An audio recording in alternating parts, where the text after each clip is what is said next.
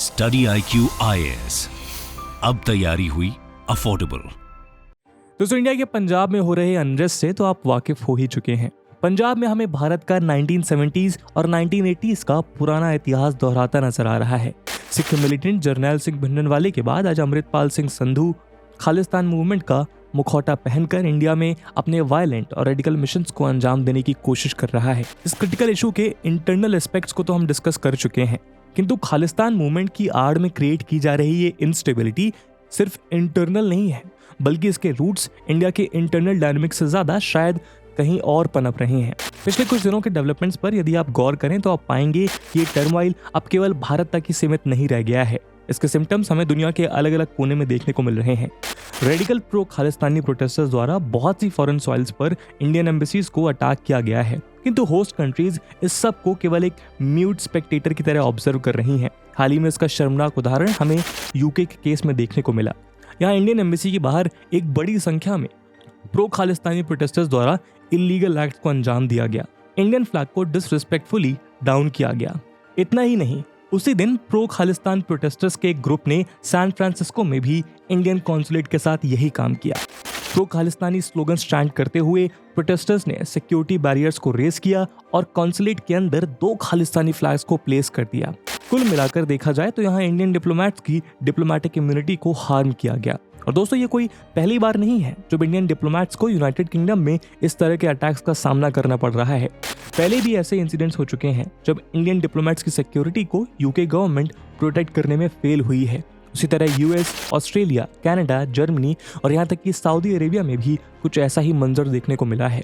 कभी एक तरफ कनाडा में ट्रकर्स के रूप में Khalistani protesters law and order के साथ खेल करते हैं, तो कभी ऑस्ट्रेलिया में खालिस्तानी सपोर्टर्स द्वारा 4 हिंदू टेम्पल्स को वेंडलाइज करने की खबरें सामने आती हैं।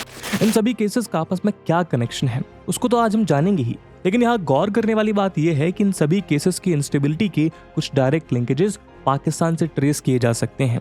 वो क्यों और कैसे, ये आप इस वीडियो के अंत तक समझ पाएंगे। तो दोस्तों, यहाँ सवाल ये उठता है कि अगर खालिस्तान का ये जो मूवमेंट पंजाब में उबाल ले रहा है, उसका इन सभी देशों से क्या कनेक्शन है, इन सभी देशों की सरकारों का इसको लेकर क्या प्रतिक्रिया है, और इंडिया ने अपने डिप्लोमेट्स की डिप्लोमेटिक इम्यूनिटी के शोषण पर क्या एक्शन लिया है, और कैसे हम इन चैलेंजेस को रिस्पॉन्ड कर सकते हैं। आज के वीडियो में हम इन सारे क्वेश्चंस का एक क्रिटिकल एनालिसिस करेंगे। लेकिन आगे बढ़ने से पहले मैं आपको बता दूं कि इस वीडियो की इंपॉर्टेंस यूपीएससी मेंस के GS2 के IR और GS3 के इंटरनल सिक्योरिटी सेक्शन के लिहाज से काफी इंपॉर्टेंट है। इसके बारे में हम वीडियो के अंत में और भी बात करेंगे, पर फिलहाल के लिए अपने डिस्कशन को हम आगे बढ़ाते हैं। नमस्कार दोस्तों, मेरा नाम है आदर्श गुप्ता। आज एक बहुत इंपॉर्टेंट इन्फॉर्मेशन है जो मुझे आपके साथ शेयर करनी है, और वो ये कि 1 अप्रैल से आपको मेरे सारे वीडियोस और शॉर्ट्स सिर्फ और सिर्फ भारत मैटर्स के YouTube चैनल पे मिलेंगे। भारत मैटर्स में हम भारत में शिक्षा के भविष्य को इनोवेटिव लर्निंग के थ्रू एक नई दिशा दे रहे हैं, जो दिशा एक भारत सेंट्रिक पर्सपेक्टिव की तरफ जाए। Because what matters the most, Bharat matters. Launching on 1 April. Link आपको इस वीडियो के पिन कमेंट और डिस्क्रिप्शन में मिल जाएगी।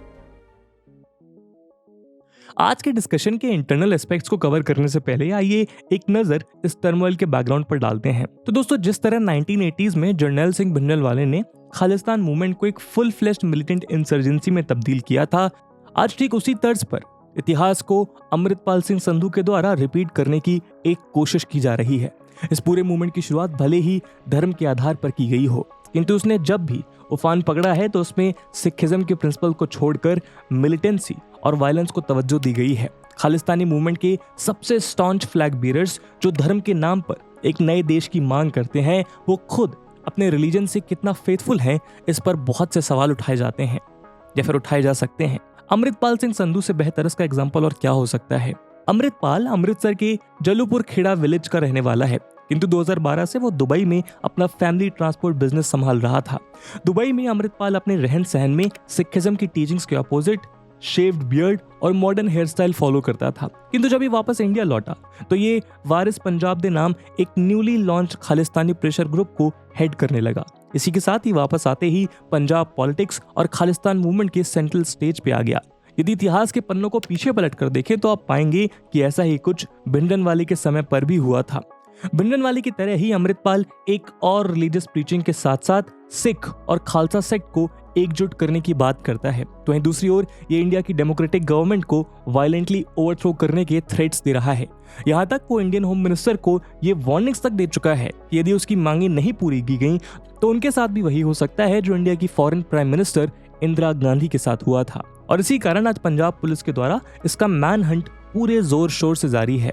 यही कारण है कि दुनिया के कोने कोने में अमृतपाल और उसके खालिस्तान मूवमेंट के सपोर्टर्स इंडियन एम्बेसीज को टारगेट कर रहे हैं। किंतु दोस्तों, ये कहानी असल में इतनी सीधी नहीं है जितनी दिखाई पड़ती है। ऐसा हम क्यों कह रहे हैं, आइए इसको समझने के लिए यूके के केस से शुरू करते हैं। तो दोस्तों, यूनाइटेड किंगडम में इस टर्मोइल की शुरुआत हुई अब से लगभग 10 दिन पहले,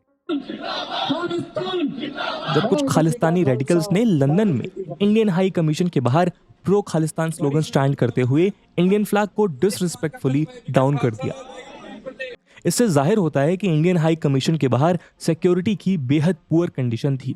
यूके गवर्नमेंट अपनी सोवरेन टेरिटरी में एक एम्बेसी की इतनी बेसिक सिक्योरिटी भी इंश्योर नहीं कर सकी। जाहिर है कि इंडियन गवर्नमेंट और इंडियन सिटीजन्स को यूके की गवर्नमेंट का ये जेस्चर जरा भी पसंद नहीं आया। इसके रिस्पॉन्स में इंडियन गवर्नमेंट ने कुछ ही घंटों के अंदर अंदर यूके के senior most diplomat deputy high commissioner Christian Scott को समन करते हुए इस इशू के अगेंस्ट स्ट्रॉन्ग प्रोटेस्ट लॉन्च किया। लंदन में इंडियन हाई कमीशन की पुअर सिक्योरिटी की रिटेलिएशन में मार्च 22 को दिल्ली में ब्रिटिश हाई कमीशन और ब्रिटिश हाई कमिश्नर के रेसिडेंस से बैरिकेड्स रिमूव कर दिए गए। दोस्तों, हो सकता है कि आप में से कुछ लोग सोच रहे होंगे कि ये अटैक तो खालिस्तानी रेडिकल्स के द्वारा किया गया, तो इसमें आखिर यूके की गवर्नमेंट की क्या गलती है।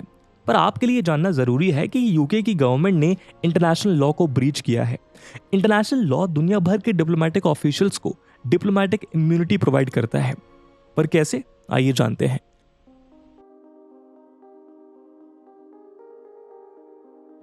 दोस्तों, डिप्लोमेटिक इम्यूनिटी को समझने के लिए हमें वियना कन्वेंशन पर एक नजर घुमानी होगी। यूं तो ये टर्म वियना कन्वेंशन ट्रीटीज के उस सेट को रेफर करने के लिए यूज की जाती है जिनको ऑस्ट्रिया की कैपिटल वियना में साइन किया गया था। इनमें से ज्यादातर ट्रीटीज इंटरनेशनल डिप्लोमेसी के हार्मोनाइजेशन और फॉर्मलाइजेशन के प्रोसीजर्स को बयां करती है। किंतु जिस ट्रीटी की बात मिनिस्ट्री ऑफ एक्सटर्नल अफेयर्स के द्वारा इस केस में यूज की गई है, इसका नाम है Vienna convention on diplomatic relations, जिसको 1961 में साइन किया गया। दोस्तों, ये ट्रीटी इंडिपेंडेंट सोवरेन स्टेट के कंसेंट के बेस पर उनके बीच डिप्लोमेटिक रिलेशंस के एस्टैब्लिशमेंट, मेंटेनेंस और टर्मिनेशन का प्योर फ्रेमवर्क प्रोवाइड करती है। मुख्य तौर पर यह कन्वेंशन डिप्लोमेटिक इम्यूनिटी का बेहद इंपॉर्टेंट और लॉन्ग टर्म कस्टम कोडिफाई करती है। इस कस्टम के अंतर्गत डिप्लोमेटिक मिशंस को वो प्रिविलेजेस और प्रोटेक्शंस ग्रांट किए जाते हैं जिनके तहत वो अपने फंक्शंस होस्ट कंट्री द्वारा कोएर्सन या हैरेसमेंट के डर के बिना पूरा कर पाते हैं। ये कस्टम एक डिप्लोमेटिक मिशन की इनवायलेबिलिटी को प्रोटेक्ट करता है, जो कि इंटरनेशनल डिप्लोमेसी का सबसे अहम कॉर्नरस्टोन है। वियना कन्वेंशन के मुताबिक यहाँ रिसीविंग स्टेट को होस्ट नेशन कहा जाता है, जहाँ पर डिप्लोमेटिक मिशन लोकेटेड होता है। जाहिर है कि इस केस में होस्ट नेशन यूके है और वियना कन्वेंशन के मुताबिक यूके अपनी सोवरेन टेरिटरी में जो भी डिप्लोमेटिक मिशंस होस्ट करता है उन सब के प्रति उसकी कुछ एसेंशियल ऑब्लिगेशंस हैं जो उसको हर सूरत में निभानी पड़ती हैं। इस कन्वेंशन का आर्टिकल 22 डिप्लोमेटिक मिशन के प्रेमाइसेस से रिलेटेड ऑब्लिगेशंस को इनलिस्ट करता है। वियना कन्वेंशन के आर्टिकल 22 का पार्ट 2 कहता है कि इस कन्वेंशन के तहत रिसीविंग स्टेट की ये स्पेशल ड्यूटी है कि वो किसी भी तरह के इंट्रूजन या डैमेज से मिशन के प्रेमाइसेस को प्रोटेक्ट करने और साथ ही साथ हर हाल में मिशन की पीस और डिग्निटी को मेंटेन करने के लिए सभी highly effective appropriate steps ensure करे। कुल मिलाकर बात इतनी सी है कि इंटरनेशनल लॉ के मुताबिक किसी भी हाई कमीशन या एम्बेसी को प्रोटेक्ट करने की पूरी रिस्पॉन्सिबिलिटी होस्ट नेशन की होती है। हालांकि डिप्लोमेटिक मिशंस अपनी सिक्योरिटी की बंदोबस्त खुद भी इंश्योर कर सकते हैं और कुछ हद तक करते भी हैं, किंतु अल्टीमेटली उनकी सिक्योरिटी की पूरी अकाउंटेबिलिटी होस्ट नेशन की होती है।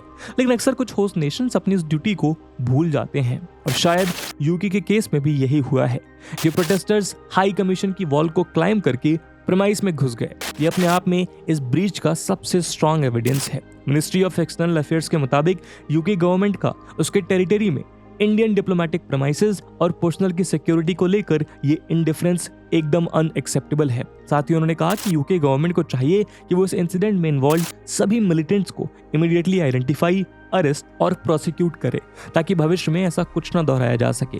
अपनी तरफ से तो यूके ने भी एक ट्वीट के जरिए इस इवेंट को कंडेम किया है, किंतु जिस तरह का एक्शन मिलिटेंट्स के अगेंस्ट एक्सपेक्ट किया जा रहा था वो आज तक भी नहीं लिया गया है। डॉक्टर जयशंकर ने इस चीज को साफ शब्दों में स्पष्ट किया है कि हमें केवल एश्योरेंसेस में इंटरेस्ट नहीं है। यूके की गवर्नमेंट ने अपने ऑब्लिगेशंस को मीट नहीं किया है और उनको जल्द से जल्द इसको रेक्टिफाई करने की जरूरत है। हालांकि इंडिया के टिट फॉर टैट रिस्पॉन्स के बाद पहले के मुताबिक सिक्योरिटी को बढ़ा दिया गया है, किंतु शायद इतना काफी नहीं है। इस एंटी इंडिया खालिस्तानी ग्रुप की नेटवर्किंग, इसकी फंडिंग और इसकी ऑर्गेनाइजेशन को कंट्रोल करने के लिए यूके से बेहद स्ट्रिक्ट एक्शंस डिमांड किए जा रहे हैं, जिनको वो अभी तक नजरअंदाज करता आ रहा है। दोस्तों, यूके के इस बिहेवियर को एनालाइज करें तो कुछ सोर्सेस का कहना है कि ये प्रो खालिस्तानी प्रोटेस्ट केवल इंडिया में अमृतपाल के अरेस्ट अटेम्प्ट से फ्यूल नहीं हुए हैं, बल्कि इनको इंटेंशनली यहाँ के लोकल पॉलिटिशियंस द्वारा कल्टीवेट किया गया है। इसमें मुख्य रूप से लेबर पार्टी के ब्रिटिश सिख एमपीज तनमनजीत सिंह और प्रीत कौर गिल का नाम सामने आया है। ये दोनों ऑपोजिशन पार्टी के मेंबर्स हैं जो सिख पॉपुलेशन के वेलफेयर का हवाला देते हुए इंटेंशंस को बढ़ावा देते हुए नजर आए हैं। यदि हम गौर करें तो सिख्स यूके की वोटिंग पॉपुलेशन में 1% कंट्रीब्यूट करती हैं। ये vote bank politics UK government के रिस्पॉन्स का एक पोटेंशियल कारण बताई जा रही है। इसके अलावा कुछ एक्सपर्ट्स के मुताबिक यूके की ये चुप्पी दिखाती है कि किस तरह ये देश अभी भी अपने कॉलोनियल हैंगओवर को पूरी तरह से छोड़ नहीं पाया है। हो सकता है कि वो अभी भी इंडियन सब कॉन्टिनेंट की इन फॉल्ट लाइन्स को एक्सप्लॉइट करने की इच्छा रखता है।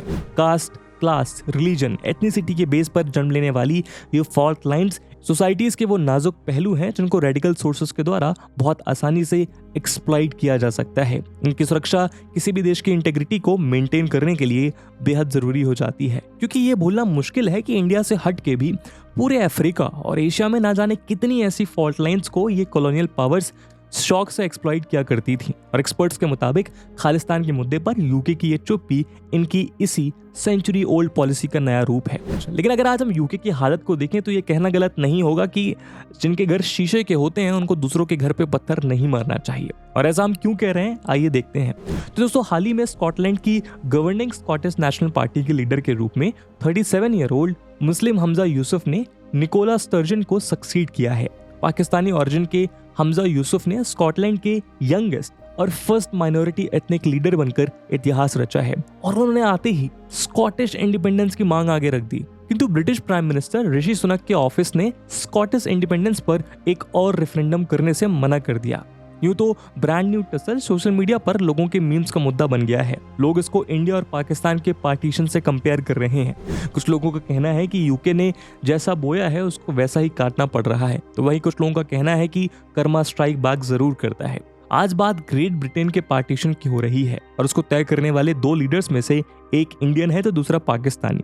यानी वक्त का पहिया आज ब्रिटेन को उस पोजीशन पर ले आया है जहां एक समय पर इंडियन सब कॉन्टिनेंट हुआ करता था। खैर दोस्तों, ये मीम सिचुएशन की सीरियसनेस को भले ही नजरअंदाज कर दे, लेकिन मैं आपका ध्यान इस फैक्ट के ऊपर ले जाना चाहता हूं कि यूके की खुद की सोसाइटी भी उन फॉल्ट लाइन से इम्यून नहीं है जिनको वो दूसरे देशों में एक्सप्लॉइट करने की इच्छा रखता है। अब यदि आप यूके, ग्रेट ब्रिटेन और स्कॉटलैंड में कंफ्यूज हो रहे हैं तो आप आई बटन पर क्लिक करके इस कंफ्यूजन को क्लियर कर सकते हैं। दोस्तों, यहाँ अगर तीसरे मेजर फैक्टर की बात करें तो वो है पाकिस्तान।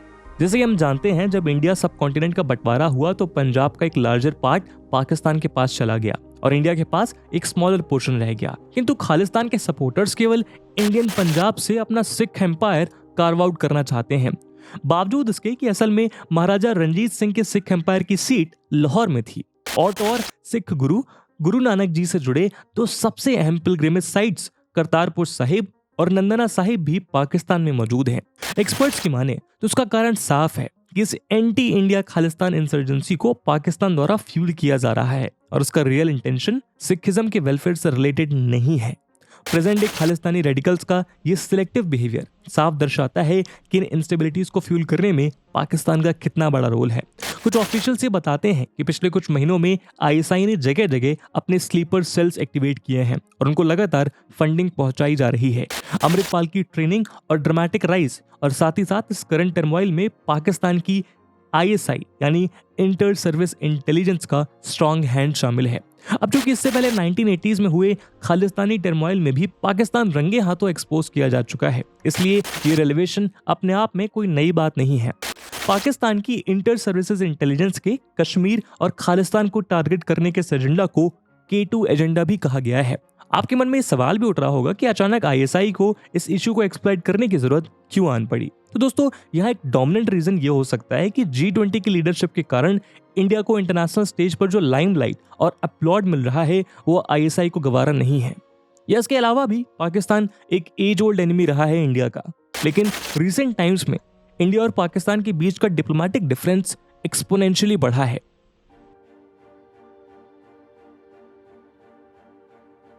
खैर, इस पूरे एनालिसिस के बाद ये बात तो तय है कि इन रीसेंट टेंशंस में भी हमारे करंट वर्ल्ड ऑर्डर के दो मेजर चैलेंजेस यानी कि वेस्ट की हिपोक्रेसी और पाकिस्तानी ISI का रेडिकल टेरर ग्रुप्स के लिए इंटेंस सपोर्ट बड़े लेवल पर जिम्मेदार हैं।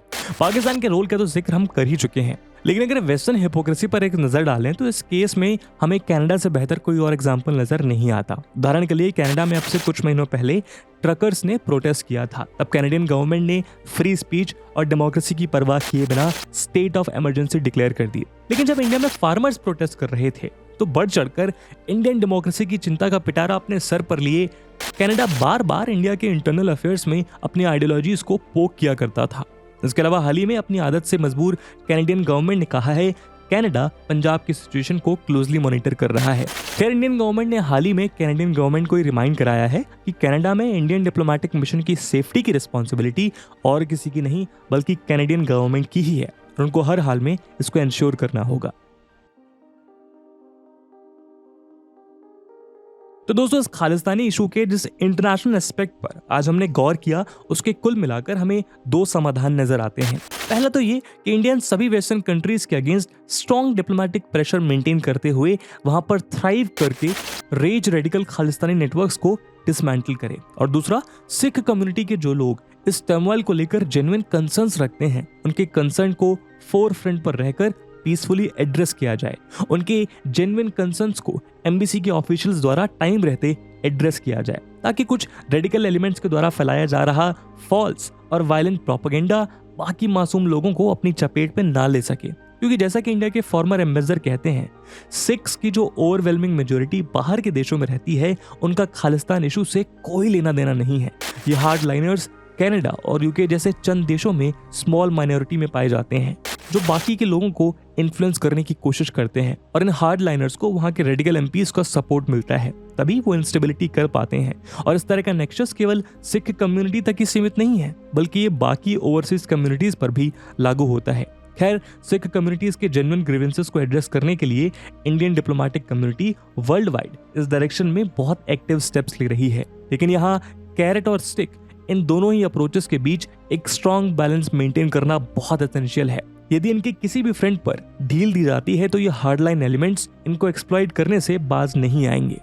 और इसी सोच के साथ दोस्तों, आज के वीडियो को हम यहीं विराम देते हैं। और जैसा हमने वीडियो के पहले भाग में बताया कि इस वीडियो की इंपॉर्टेंस यूपीएससी प्रीलिम्स और मेंस दोनों के लिहाज से काफी इंपॉर्टेंट है, और उसी इंपॉर्टेंस को देखते हुए एक सवाल हम आपके लिए छोड़कर जा रहे हैं। उसको आपको कमेंट सेक्शन में आंसर करना है। The question is, Indian government needs to put strong diplomatic pressure on western governments who are freely harbouring pro Khalistani groups who nurtures violent secessionist impulses against India. Critically analyze. And with this question, my friends, that's it for the video. I hope आपको video पसंद आई होगी, और अगर पसंद आई है तो अपने दोस्तों के साथ शेयर करना मत भूलिएगा। हम मिलते हैं अगले वीडियो में, तब तक के लिए जय हिंद, जय भारत। Study IQ IAS, अब तैयारी हुई अफोर्डेबल।